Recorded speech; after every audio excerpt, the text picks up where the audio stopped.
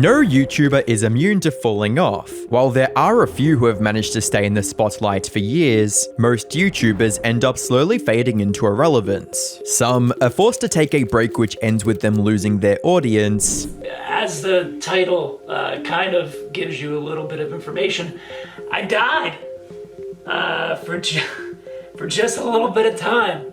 In real life. In real life. Others decide to slow down on their own after a complete burnout. But I would literally be like, in my head, I'd be like, shut up, dude, shut up! Hey guys, hey guys, hey guys, hey guys, hearing that over and over, I'm like, shut up already, Ryan, shut up! But in some cases, YouTubers aren't allowed to fade away peacefully, they're bullied off the platform.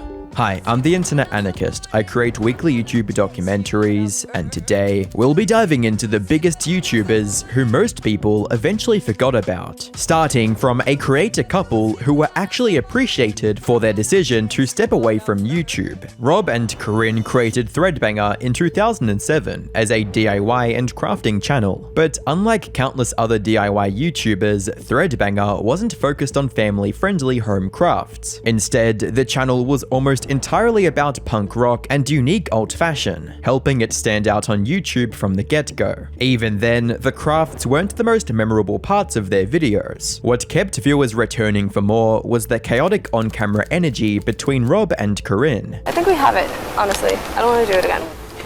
There are many reasons why someone decides to DIY. Environmental, moral, to escape the mundane. Maybe you're just broke. Whatever your reason, we want to hear from you. Fans fell in love with this dynamic even more when the duo got married in November 2011. But despite building a modest audience early on, ThreadBanger didn't really take off until 2013, which was when they introduced their most popular series, Man vs. Pin, a format where Rob attempted to recreate trending Pinterest crafts on camera. Everybody, I'm Rob. Welcome to Man vs. Pin, the show where we find something awesome on Pinterest and then try to remake it without looking like an idiot, which happens more than I'd like to admit.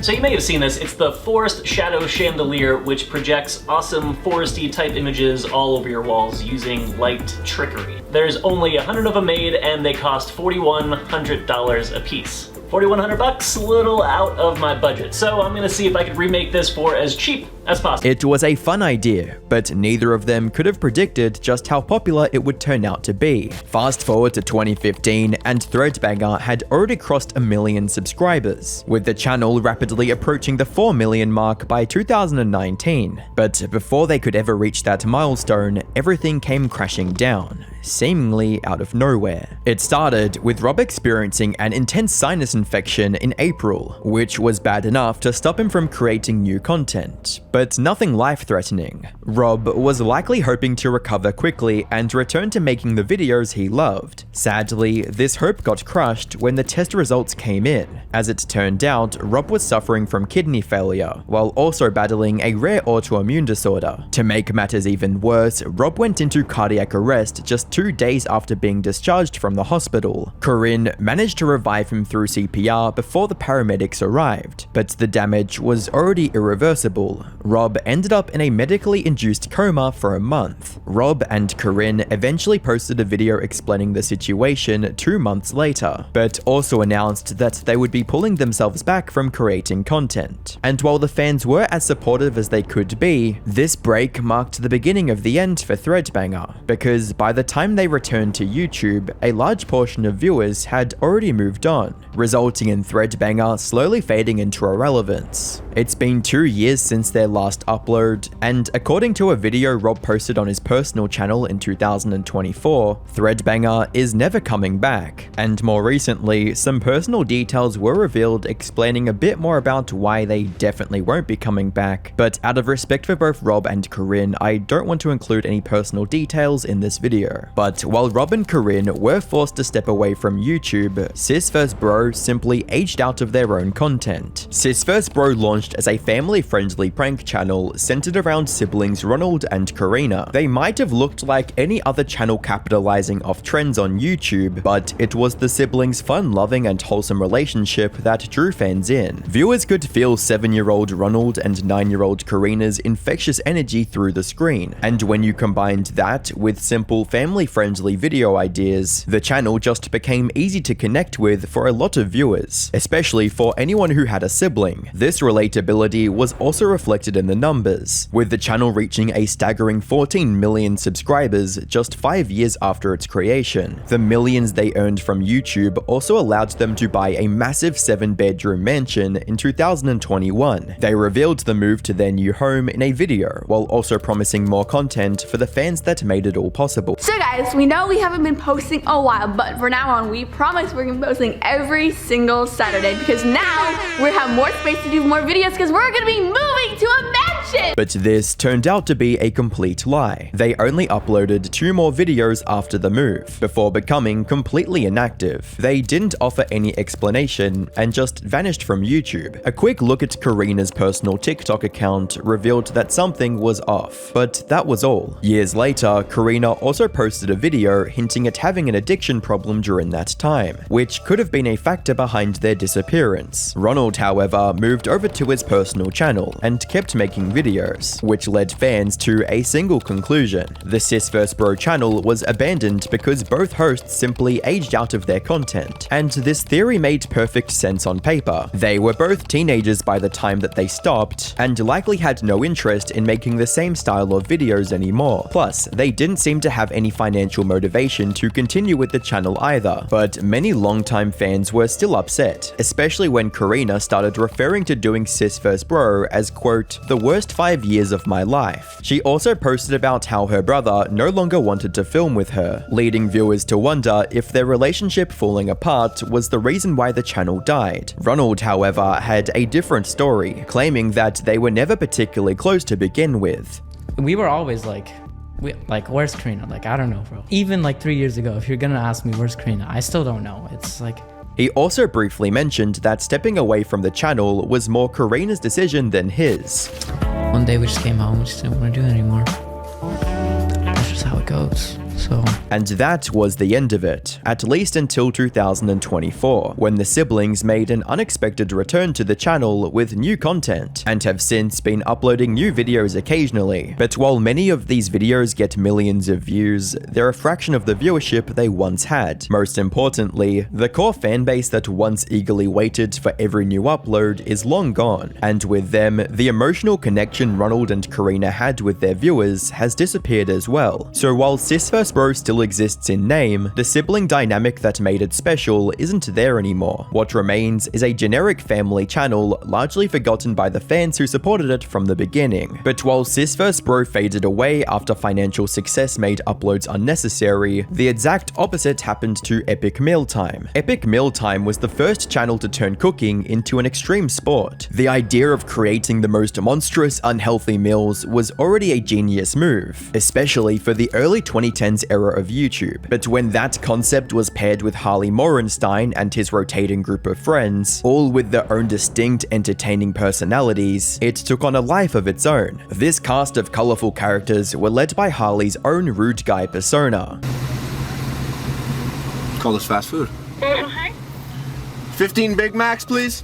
And Muscle Glasses being the classic silent tough guy. What made this even better was the channel's format, which kept people watching until the very end, back when that wasn't even the meta. Some wanted to see how high the calorie count would get. Others just wanted to see how ridiculous the final meal would turn out. The channel had everything it could possibly need to break through the glass ceiling of YouTube, and that's exactly what happened. From 2010 to 2012, the channel regularly reached over 10 million views per video, with the relationships between the group turning into the heart of the content. After all, a compelling group dynamic is a defining trait of most successful YouTube channels with an ensemble cast. Unfortunately, this dynamic is also what leads to problems once the money starts overshadowing enjoyment, and Epic Mealtime didn't end up being any different. The first major issue came from disagreements between Harley and Muscle Glasses. Muscle Glasses wanted more creative control and more compensation for his contributions to the channel. In his own words, "I felt like I wasn't being treated fairly considering the value I brought to the show." Harley, on the other hand, wanted to keep him on a salary because he didn't believe Muscle Glasses was as important to the channel as he claimed he was. Yeah, well, what happened was, like, essentially, it was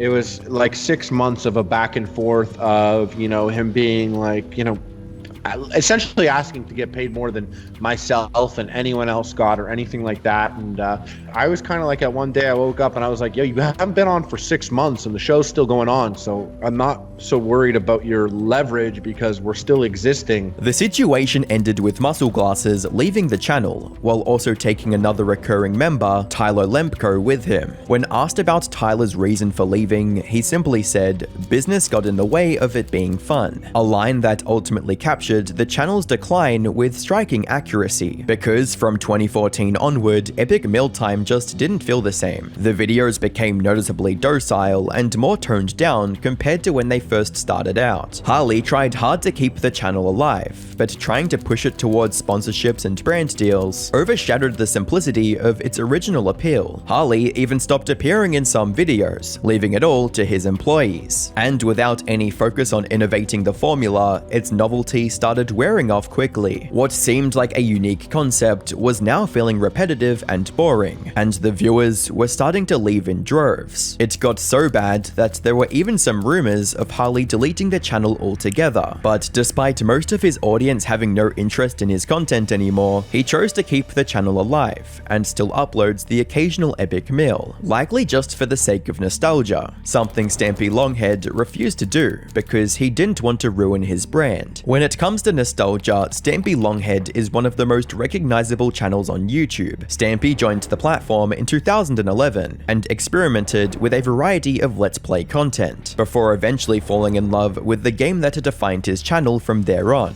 Minecraft. He first played the game in May 2012, around 6 months after its release, and his videos weren't unique in any way, at least at a first glance. Minecraft was already extremely popular with kids, and Let's Plays were everywhere on YouTube, but once people actually watched his content, they simply couldn't get enough of it. Hello, my name is Stampy, and welcome to my small corner of the internet. I make videos on a bunch of different games and upload at least one Minecraft video every single day. I always have fun when I make my videos, and hopefully, if you decide to stick around, you will too. His charming, whimsical personality left people wanting more, allowing him to gather a massive loyal audience in no time. His Stampy's Lovely World series, for instance, ended up becoming one of the most successful Minecraft series on the platform, managing to pull in 159 million views in February 2014 alone. By 2015, Stampy Longhead had already reached 5.8 million subscribers and over 3.5 billion total views on his channel. What made Stampy different was that he didn't try to reinvent anything. He just tried to reach his target audience where they were, and tried to turn a game they already loved into a chill yet captivating kids show. A lot of people know Minecraft the game. Yeah. So what do you do that means people want to watch you doing it?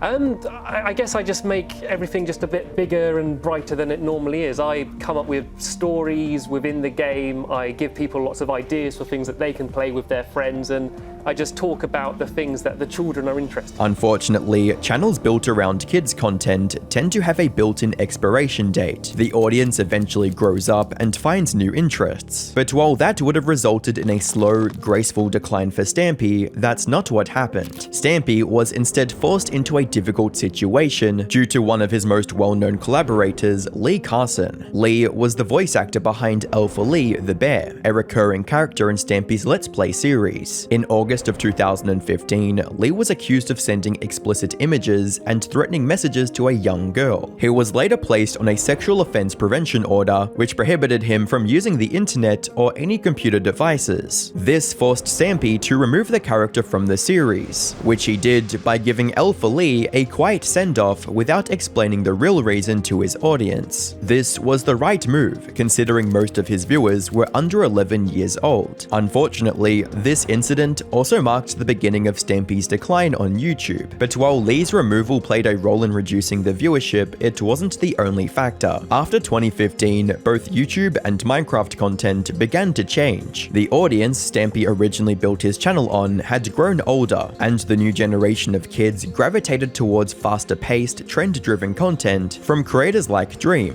The constantly declining numbers on each newer upload eventually drained Stampy's motivation. He began shifting his focus towards towards other projects and reduced how often he uploaded Minecraft videos. Then, in 2018, he stopped his Minecraft uploads entirely to focus on writing his new book. Hello, this is Stampy, and welcome back to my lovely world. If you haven't heard, I am taking a break at the moment from doing Minecraft videos, as well as just most gaming videos on my channel. The main reason for that is because I am trying to write a book, and basically I needed a little bit more time, and I have been making a lot of videos over the last 6 years, and kind of thought that I earned a little bit of a break anyways. And while there were multiple reasons behind that decision, it largely came down to him no longer enjoying the game in the same way. There's one or two reasons that I've kind of decided to do this. One thing is Minecraft for me kind of just, it isn't the same as what it used to be. Stampy said he would return and continue where he left off, but even though his channel was on the verge of dying, Stampy wasn't willing to sacrifice his style for views. What am I going to do about it? That's kind of the next question. I'm not really going to do anything. Like, as I kind of said, you know, I don't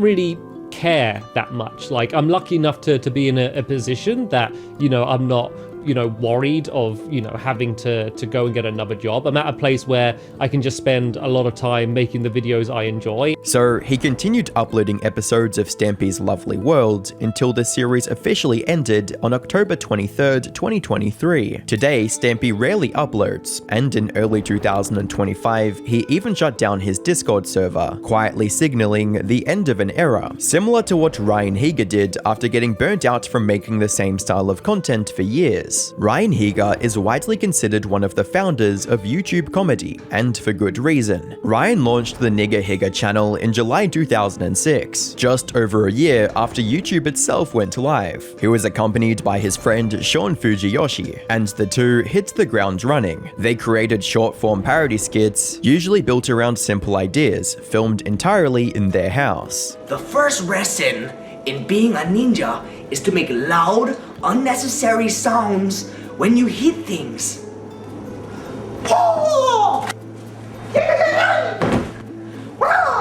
For early YouTube, that amount of effort was all you needed to gain traction. It also helped that Ryan and co were actually funny. Some of his earliest videos like How to Be Ninja, How to Be Gangster, and How to Be Emo hold up to this day. These early videos also became immensely popular, pushing Ryan to fully commit to YouTube. This decision paid off in August 2009, when Nigahiga became the most subscribed YouTube channel, a position it held for the next 677 days, all the way to June 2011. Ryan recognized the potential his YouTube channel had and never took his foot off the gas, turning Nigahiga into one of the most popular channels on the platform. But in hindsight, a part of Ryan likely regrets this success. He eventually realized that YouTube fame wasn't all it was cracked up to be, especially when his so-called fans started crossing the line between admiration and stalking. With that amount of people watching, there's always bound to be some sick people, right? Like once in my home in Hawaii, people came and spray painted Tihi on my parents' house. You know what I mean? While we were in it, where I live now, there's a lot of things. People tried to come up to my other house because I didn't have like a gated community and security, and they tried to come to my windows and take pictures of us through the windows, like stuff like that. This was the first indicator that maybe he didn't want to do this for the rest of his life. But there was an even bigger issue. Writing, filming, and editing all his videos alone was starting to take a toll on his mental health. He did eventually assemble a team called the RHPC to help him manage and produce his content better, but while that increased the scale of the videos, it also increased the pressure. Ryan repeatedly spoke about feeling burnt out, especially after he said goodbye to his friend Sean in 2018, as he was moving to California to be with his girlfriend and pursue his passion for engineering. Perhaps this was the last straw for Ryan to realize that he had to move on with his life, just like everyone else. He tried to pivot into podcasting as a lower stress alternative, but after just 41 episodes, he abandoned that as well. At this point, the YouTube life had become too overwhelming for him. In a later live stream, he even talked about having some of the same struggles faced by Robin Williams. Point being was the Robin Williams incident, where like you can be the funniest, most respected, famous, loved, and no one knows what you're going through, and you end up killing yourself. He also talked about just how mad he was starting to get while editing his own videos. Watching yourself over and over and over and listening to yourself, it actually used to make me mad. when I used to have to edit and pull my own footage, I get mad at myself. And people don't, it's a weird thing to understand until you do it over and over and over. Eventually, he just decided that YouTube wasn't fun anymore, but rather than quitting immediately, he started slowly pulling the brakes on his content to help his viewers ease into the new reality, before posting one last skit about the pandemic on April 25th, 2020, and finally choosing to step away from YouTube after nearly 15 years on the platform. This decision has earned him lasting respect from his most loyal fans, with one such person writing, "Ryan quit YouTube the right way. No huge controversy, no overdramatic drawn-out goodbye, just slowed down his content to ease his fans into it. Truly a legend of YouTube." But his departure from YouTube has also made him feel like a relic of the past, where whenever his name comes up, one of the top comments is always going to be someone talking about how they completely forgot about him until that very moment. Though at least Ryan realized exactly when his YouTuber phase was over. Lucas Cruikshank was forced to come to that realization after his viral Fred character became irrelevant. Alongside Boogie2988's Francis, there was another character that dominated early YouTube, Fred Figglehorn. Hey, it's Fred! What's up, homie G?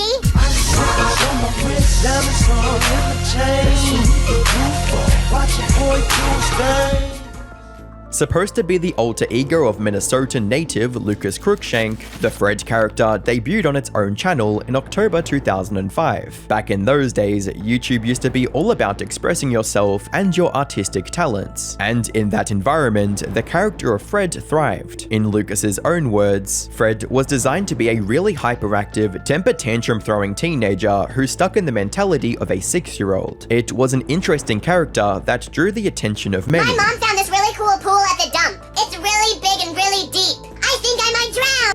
Sure, people now have mixed feelings about him, with some even labeling it as the original brainrot content, but back then, Fred was everywhere. Not only did some of his videos receive over 40 million views, he was also the first YouTuber to ever get 1 million subscribers in 2009. The character's viral hype wasn't just limited to YouTube either, because it soon transitioned into mainstream media through a deal with Nickelodeon, which included 2 Fred movies in 2010 and 2011, and the creation of Fred, the show, in 2012. He also made viral appearances on Nickelodeon classics like iCarly, but despite all the early success, his squealing high-pitched voice and obnoxious acts on camera only seemed hilarious to a niche young audience. And just like any other YouTuber with a predominantly young audience, Fred's expiration date was approaching quickly. This decline first became noticeable after Fred the Show, as it was cancelled just 6 months after its first broadcast due to poor ratings and reviews. Nickelodeon also tried to keep Fred relevant through appearances in other shows, like Marvin,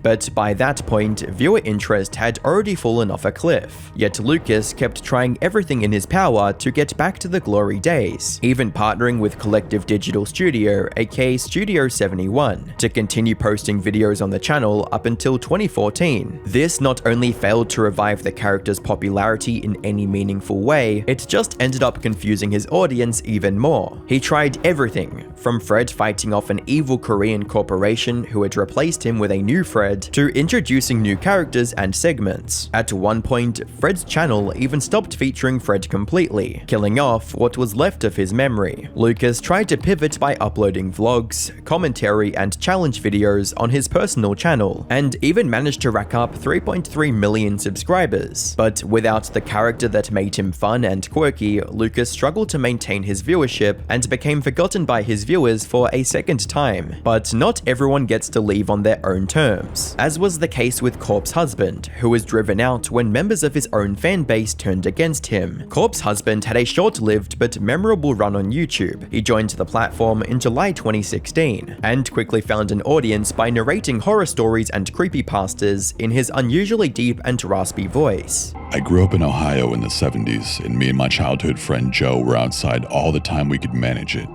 Joe lived on a farm that bordered a pretty big forest, and my parents would drop me off in the morning and we'd stay in the woods all weekend.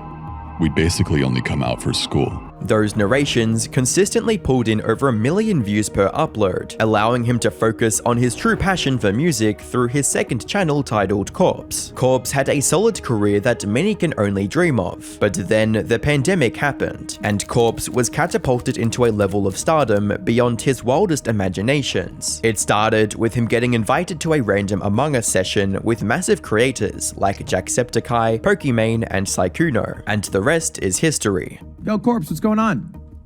Hello, friend. Wow. What? Kick Sykkuno. Wait, what? Corpse's voice is like infrasonic Wait, bass. is that real? No. Oh my god. It's real, believe me. It sounds like he'd be that dude who, like, you know, All right, kills Sykkuno people in the and game. Corpse need a fist fight. Yeah, he sounds like John Wick should. Clips of his voice also went viral across social media, turning Corpse into an internet phenomenon overnight, taking his combined subscriber count close to 10 million. But this fame was a double-edged sword. The fame and money also came with a parasocial, almost creepy cult following, with some going as far as tattooing the waveform of his breathing on their body. And while Corpse might have enjoyed the extra attention in the beginning, he soon regretted even pursuing a YouTube career in the first place. For some context, Corpse was extremely serious about his privacy. He had never shown his face on the internet and intended to keep it that way forever, but his deep, raspy voice led many obsessive fans to develop unrealistic expectations about his looks. These stans wanted to see what he looked like no matter what. Their wish came true in 2021, when someone doxed his appearance, home address, and family information online. And when he didn't look like the perfect 10 of 10 man his stans wanted him to be, they did a complete 180 and turned on him instead. Over the following weeks, Corpse's social media was flooded with all kinds of insults, with people mocking his appearance at every turn. There were some who tried to push back against the unnecessary hate. People are being absolutely shitty about the person featured, which, I mean, if it's just some random person or it actually turns out this is Corpse's husband, still shitty. Absolutely a ton of people responding with really nasty comments, calling the person in the photos ugly among other things, which also prompted other Corpse husband fans to write things like, this alleged face reveal just showed how fucked our world is. You think Corpse is this mega hot guy, then y'all start bullying him when he didn't meet your standards, as well as saying he literally sings about how self-conscious he is about his appearance and you guys are out here bashing him because he didn't live up to your fantasies. Disgusting, absolutely pathetic. But no amount of support could undo the mental toll of being called ugly by hundreds of thousands, if not millions of people. The only way for Corpse to avoid getting this hate was to disappear from the internet entirely, and that's exactly what he did. He abandoned the Corpse Husband channel shortly after the incident. He kept posting on his music channel up until October 2023, but those uploads eventually stopped as well, turning Corpse into another name that was forgotten by YouTube. Now, before we wrap up this video, I just want to state that obviously some people are going to remember these YouTubers and they're not completely forgotten. When choosing creators to include in this video, I wanted to focus on creators that you might have watched in the past and just haven't seen for a while. Perhaps this video will inspire you to go and check out their content once again. Either way, if you enjoyed this video, you're likely going to enjoy my other stuff, so click the video on screen to watch more. Thank you.